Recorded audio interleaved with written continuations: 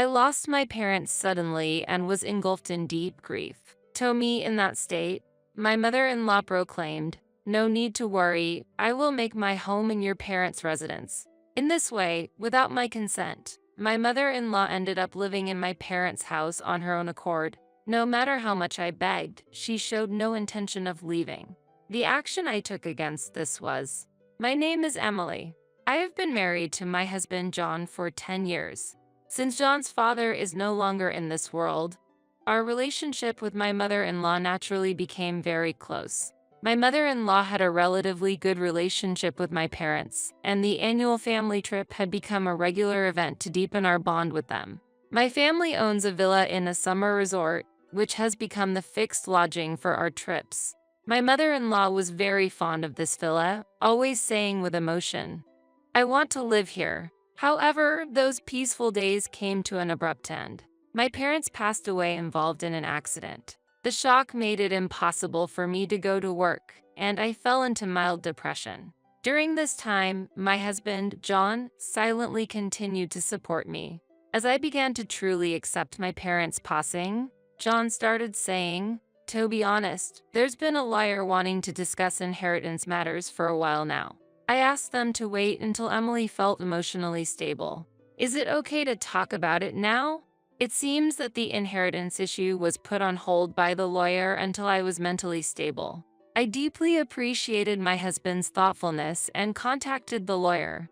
The lawyer kindly made his way to our home. "Since Emily is the only child and the other relatives have already passed away, you are the sole heir," he explained, detailing my parents' estate. At that moment, the doorbell rang. The visitor was my mother-in-law. "Hello. I heard you have recovered, so I thought I'd drop by. How about some tea?" She entered the room without hesitation, holding a gift. Mother. Actually, we are in the middle of handling inheritance procedures right now." "Oh, that's convenient. Actually, I wanted to talk about that.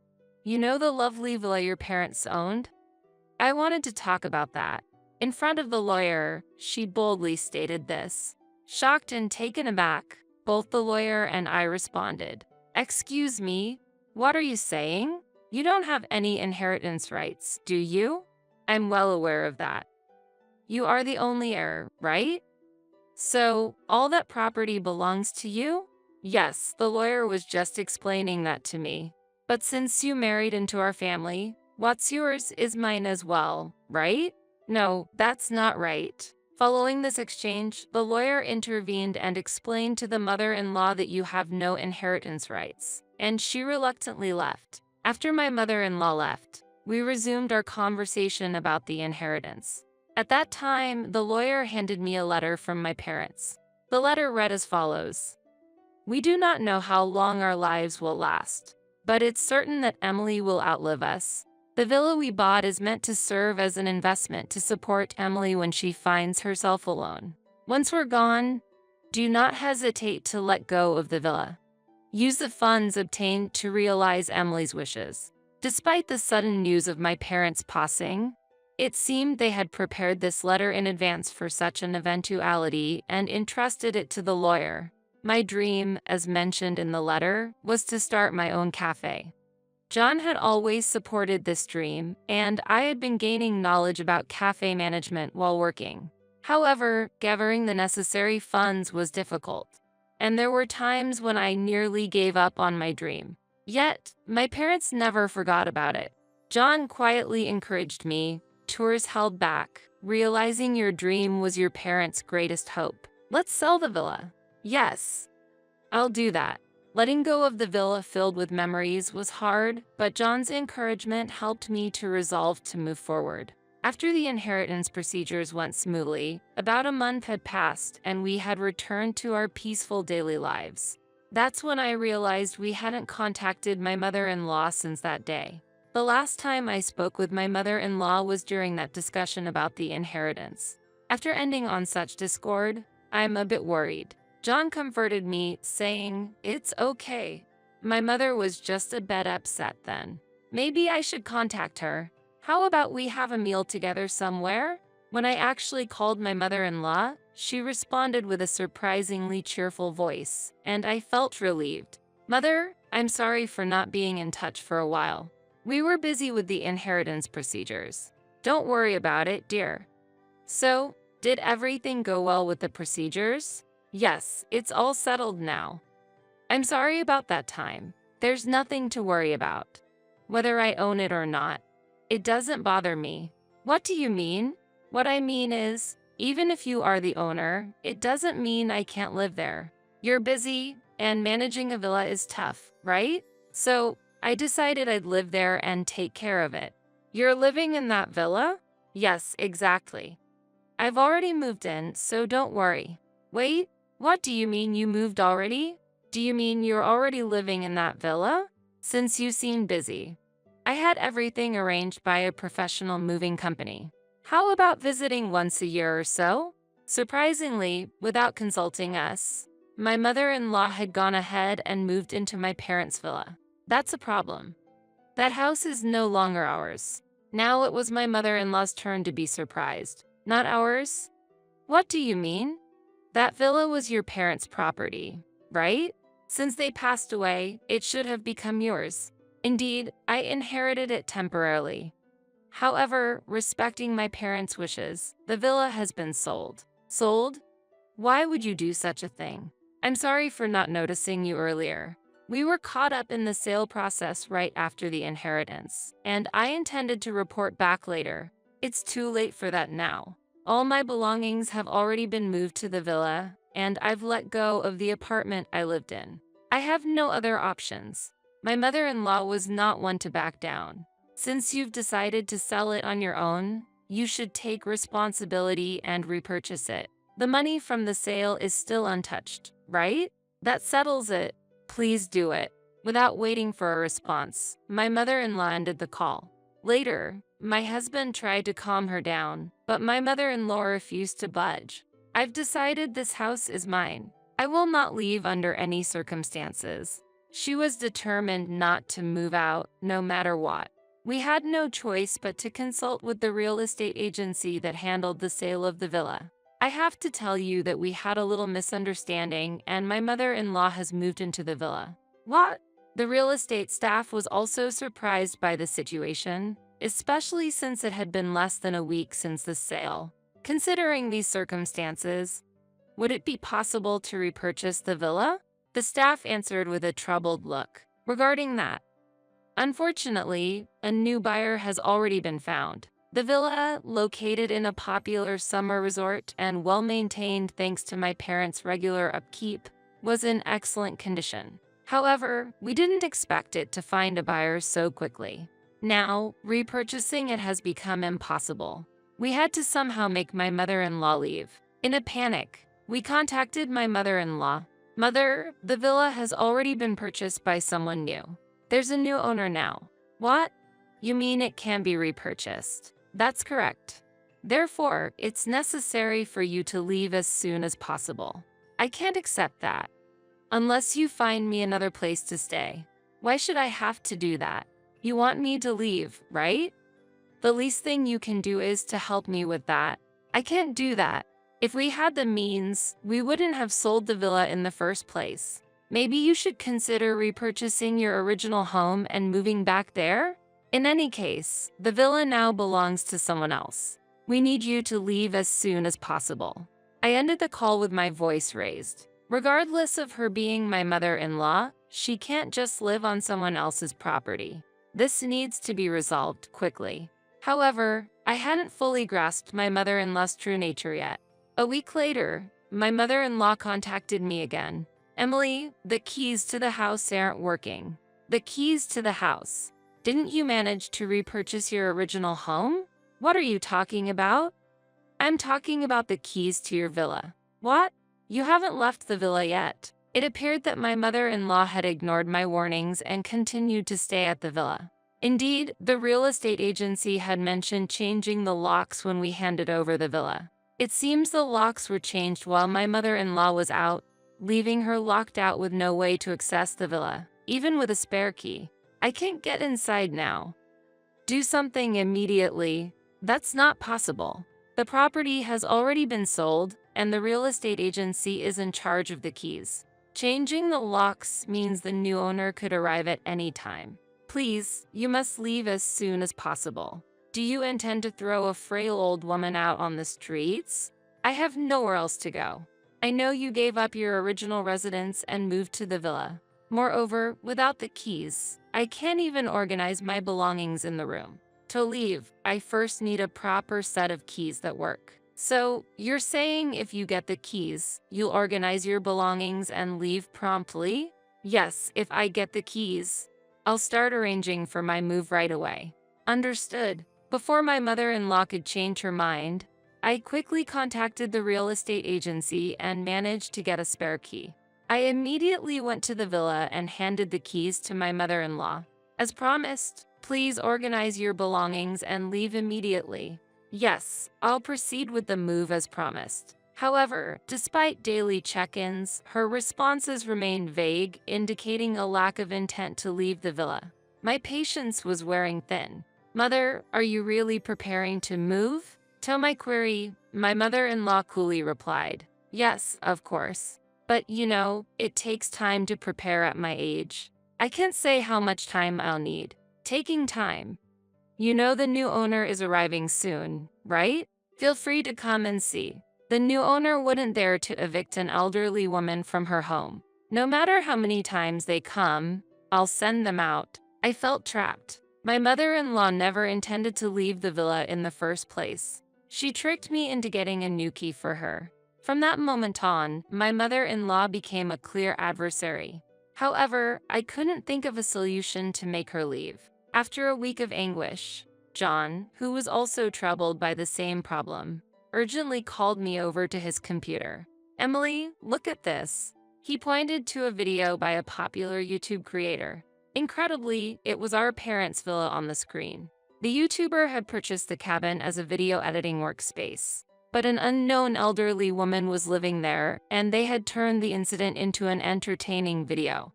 The video even captured my mother-in-law chasing away the YouTuber with a menacing look. We immediately contacted my mother-in-law. Mom, a YouTube creator visited the villa, didn't they? Who are you talking about? My mother-in-law seemed to have no idea who the new owner was. She was completely unaware that she had been featured on YouTube and watched by many. Someone claiming to be the property owner came to visit, right? What was discussed during their visit? Yes, they came by the other day, but I drove them away. They were fussing about it being illegal, but so what? Once I'm living here, it's my place. Were you asked anything specific when you drove them away? They did say something about being the owner and what I'm doing is illegal. If I didn't leave, they would make it public in a video. And how did you respond? I told them to do as they like. Being filmed doesn't bother me at all. So, you basically gave permission for the filming? It wasn't much of a problem. John then explained the gravity of the situation to her, including the fact that the owner was a well-known YouTube content creator and that her face was now exposed to the world as a result of her consent to the filming. My mother-in-law was shocked to realize that her image was being seen by people all over the world. What? People all around the world are seeing my face? By the time she realized it, it was already too late. The video of my mother-in-law rudely and selfishly driving away the YouTube creator sparked outrage among the video's fans. The villa's location was quickly identified, leading to protesters gathering daily in front of the villa. Unable to withstand the constant visits and protests from fans, my mother-in-law finally fled the villa. Emily, I've fled the villa. Can I take refuge at your place for a while? I refuse. I can't let you stay with us. Why not? How can you abandon a parent in trouble? Who do you think caused this situation? You are now publicly known as a self-centered and inconsiderate person. Being associated with you could bring us trouble as well. If I had known the person was famous, I would have left sooner. That's exactly the problem with your self-centeredness. It's a nuisance to stay in someone else's home without permission, no matter who it is. I just wanted that villa. That villa was a place filled with precious memories for our family. I don't want any more to do with someone who would use it without permission like you did. What do you mean you don't want anything to do with me? It means I'm cutting off our relationship with you. John would never agree to do something like that. This was John's idea. I simply agreed with him. How can I endure a life exposed to people's criticism without a place to live? You brought the criticism on yourself, didn't you? I asked you to leave many times, but you wouldn't listen. Now it's too convenient for you to ask for help. Faced with my decision, my mother-in-law finally gave up and left. She continues to move from one short-stay apartment to another, afraid of being recognized by people who know her. It won't be long before her savings run out. When we went to collect my mother-in-law's belongings, we took the opportunity to apologize to the YouTube creator. The YouTube creator, far from being angry, showed empathy towards us and offered words of encouragement, saying, "Don't worry about it." The video had gained attention and increased views, and he actually thanked and comforted us for it. Years passed, and with the funds from the sale of the villa, I finally managed to open the cafe I had always dreamed of. Fortunately, the cafe was busy from the first day of opening. "Hey, look at this!" John showed me a video made by the YouTube creator. The video featured the cafe I had opened. As I was surprised, John shared a secret with me. "Actually, I've been in touch with him from time to time after that incident. I talked about your dream of opening a cafe, so he must have decided to feature it to help us out. Thanks to my parents' villa, which made the connection with the YouTube creator. Thanks to his support, my cafe is doing well in sales. I'm sure my parents are happy for us in heaven." One day, I suddenly found out that my husband was having an affair. Busy with caring for my father-in-law, who suffers from dementia, and raising my young daughter, I had no idea that my husband had been cheating. It seems that my husband had already decided to marry his mistress and was considering divorcing me beforehand. Faced with such a cruel reality, I felt like I couldn't bear it.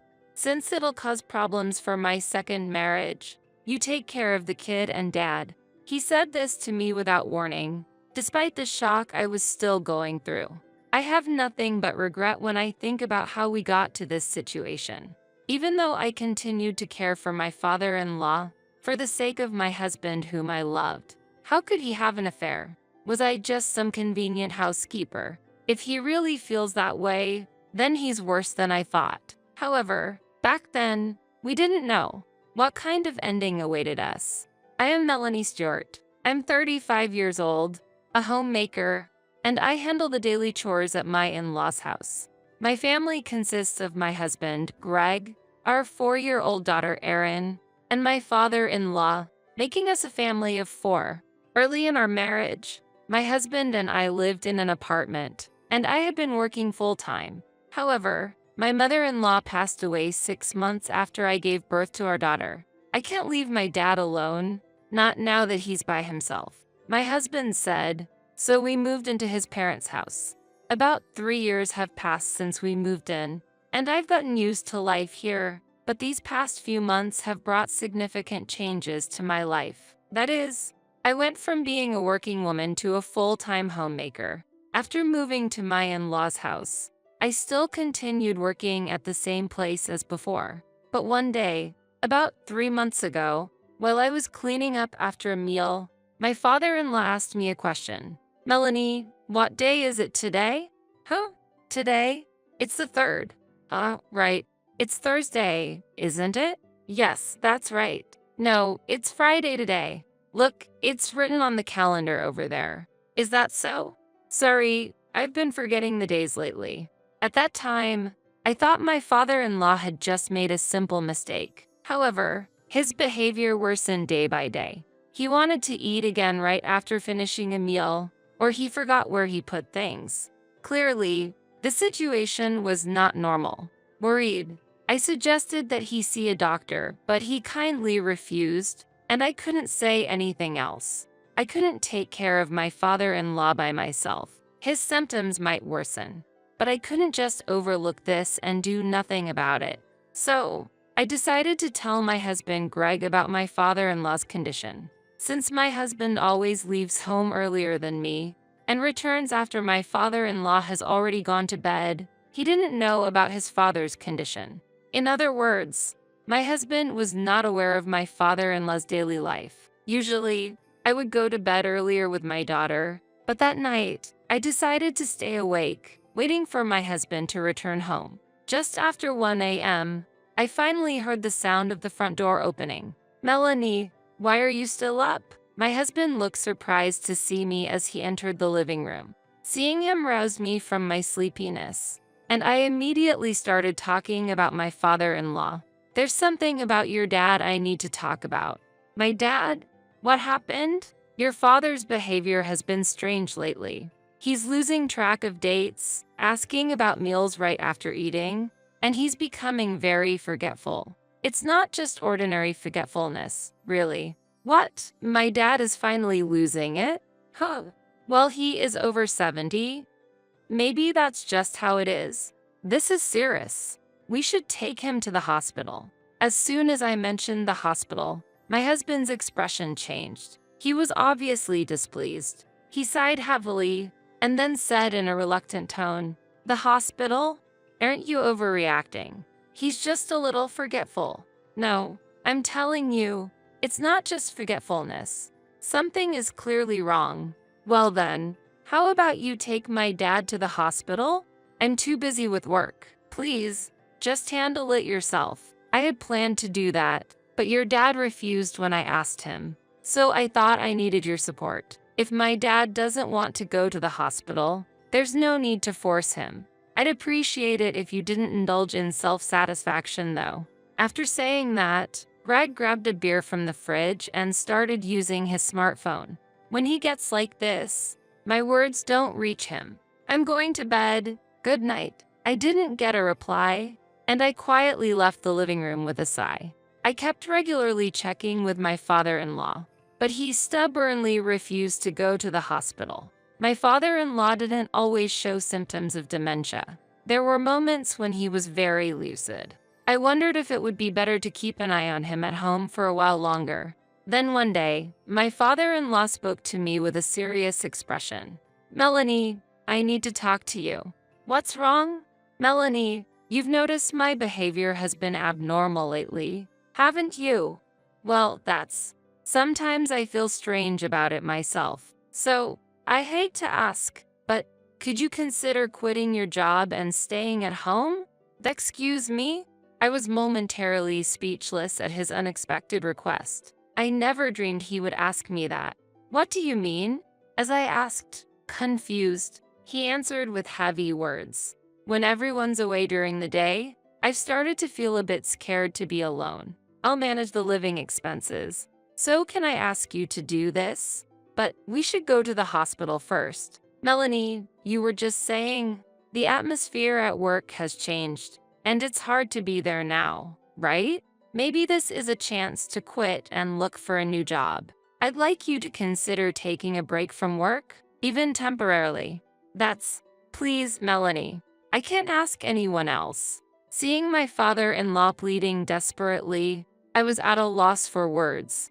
Also, truthfully, I had been wanting to quit my job. Recently, the management at my workplace had changed, completely altering the work environment. It was no longer the comfortable and friendly place it used to be, and some of my close colleagues had already left. I had considered resigning too, but my daughter is still young, and I was worried about our future living expenses. I knew that I needed to keep working. However, searching for a new job while continuing my current one was not an easy task. Given these circumstances, my father-in-law's proposal seemed very appealing. With his financial support, I could have time to look for a new job. Sensing my hesitation, he continued in a warm voice. "Once you find a new job, Melanie, I'll go to the hospital and, if necessary, move into a facility." "Move into a facility? I don't want to cause any trouble once you've found a new job, so until then, could you look after me?" "Father, this is my first and last request to you. I'd be happy if you could indulge me." After discussing this with Greg, I decided to quit my current job and take care of my father-in-law until I found a new one. Caring for him mainly involved supporting his daily life and preparing meals, nothing too burdensome. He provided a certain amount of money to us each month for living and caregiving expenses. Thanks to this, I was able to spend more time with my daughter, and I deeply appreciated his support. 2 months into my life as a homemaker, I had almost secured a new job. After the final interview and receiving a job offer, I immediately went to tell my father-in-law. However, it seemed he was on the phone. I couldn't hear the details of the conversation, so I waited until he finished before opening the door. "Excuse me, father. May I have a moment?" "Melanie, did you hear my phone call just now?" "No, I didn't listen. I noticed that you were on the phone, so I waited." "I see. Did you need something?" "Yes. I found a new job and wanted to tell you." When I told him this, he brightened up and said joyfully, "That's wonderful. Congratulations." As if he were the one with good news. Now that my new job was settled, the only thing left to do was to arrange to take him to a medical facility. I planned to set the schedule as soon as the next day. That night, however, my husband, who usually comes home late, returned a little after 7 p.m. When I greeted him with "You're home early today?" he emotionlessly dropped his work bag on the floor and coldly said, "I'm marrying her, so I want a divorce." "What did you say?" I couldn't continue speaking. In total shock, Greg continued talking, indifferent to how upset I was. "Did you not hear me? I said I'm marrying her, and it's over with you. I brought the divorce papers, so sign them right now." "Wait a minute. What is this? All of a sudden? We have Aaron, and you can't just decide on divorce like that. Don't just decide things by yourself. I don't care about you and Aaron anymore. Thanks to you not noticing, I've been able to continue my relationship with my other woman. I do thank you for that. How could you?" Apparently, my husband Greg had already decided to marry his mistress and had been planning our divorce. This sudden revelation was too cruel and hard for me to accept. While I was reeling from this, Greg added another blow. "Since it'll cause problems for my second marriage, you take care of the kid and dad." He said this without giving me any time to emotionally prepare. I wondered how we had fallen into this situation. I had devotedly cared for his father, treating him as a part of our family. Why would Greg have an affair? Did he only see me as a convenient housekeeper? If so, it really is too much to bear. Overwhelmed, I glared at Greg and raised my voice in anger. "Stop being so selfish. How can you think I would accept that? Whether you accept it or not, it doesn't matter. It's already decided." What about Erin? That's why I'm saying you should take her. And while you're at it, the annoying father with dementia too, huh?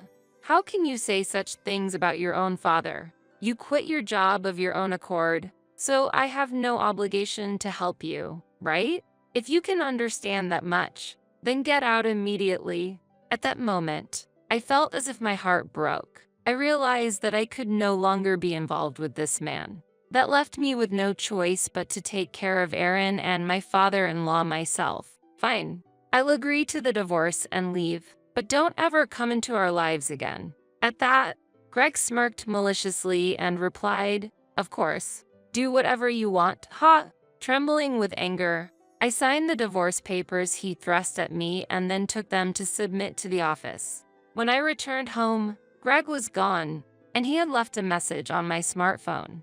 The message read, "I'm going to live at my mistress's house until we find another place." Although I stood up to Greg, I hadn't found a place to go yet. Even if I started looking for a new home right away, it would take some time. As I was pondering what to do next, my father-in-law approached me, saying, "Can we talk for a moment?" "Father, I'm a bit busy right now. I have a lot to do." "About what you're going to do next, right?" "Don't worry, I've already prepared a room for us." "A room? Why?" "I hate to say this, but I overheard your conversation earlier. I anticipated something like this might happen soon, so I rented a room in advance." "Really? If you look at these, you'll understand," he said, pulling out several photographs from a brown envelope. The photos showed Greg cheating with an unknown woman. "Father, what is this?" "I'm sorry. Actually, I had suspected my son's infidelity for a while." "What do you mean?" I asked in surprise. Listening to my father-in-law, he explained that a few months ago, he woke up late at night to go to the bathroom and accidentally discovered Greg talking on the phone with his mistress. After that, my father-in-law had one of his friends who works at a detective agency investigate Greg's affair. To prepare for a potential divorce, my father-in-law pretended to have dementia, urged me to improve my work situation, and recommended I change jobs. He secretly planned all this, not revealing Greg's infidelity until my life had become stable enough to handle it. He had even prepared an apartment in advance of any unforeseen circumstances. A $3 million tower mansion with significant asset value. He had been investing for a while and used the insurance money from my mother-in-law's death for our sake. Father, I can't thank you enough for all this. Don't mention it, Melanie. I should be the one thanking you for making my days enjoyable. That's so. Come on, let's move out. He thinks I've lost my mind, so now it's time for a counterattack, he whispered, revealing his plan to me. I was shocked by the surprising contents, but he smiled mischievously, as if plotting something. Then, 2 weeks later, when I contacted Greg after moving, I immediately got an angry call. Before I could start speaking, Greg shouted at me, "What is this? What are you planning? Don't yell so loudly." I calmly responded, "What's going on? Answer me." He continued furiously, "Why are you so angry?" I asked quietly, "Don't mess with me. How did you destroy my family home?" Greg raged. This was the scheme my father-in-law had told me about. The plan was to demolish Greg's family's house, making it impossible for him to return. In his confusion, I revealed the truth to him. "You blame me, but this wasn't my doing. It was your father's." "What? Why would he do that? He's supposed to be senile, isn't he?" Greg argued. "That was all a lie." "A lie? What do you mean? Your father knew about your infidelity and pretended to have dementia to protect me." "What?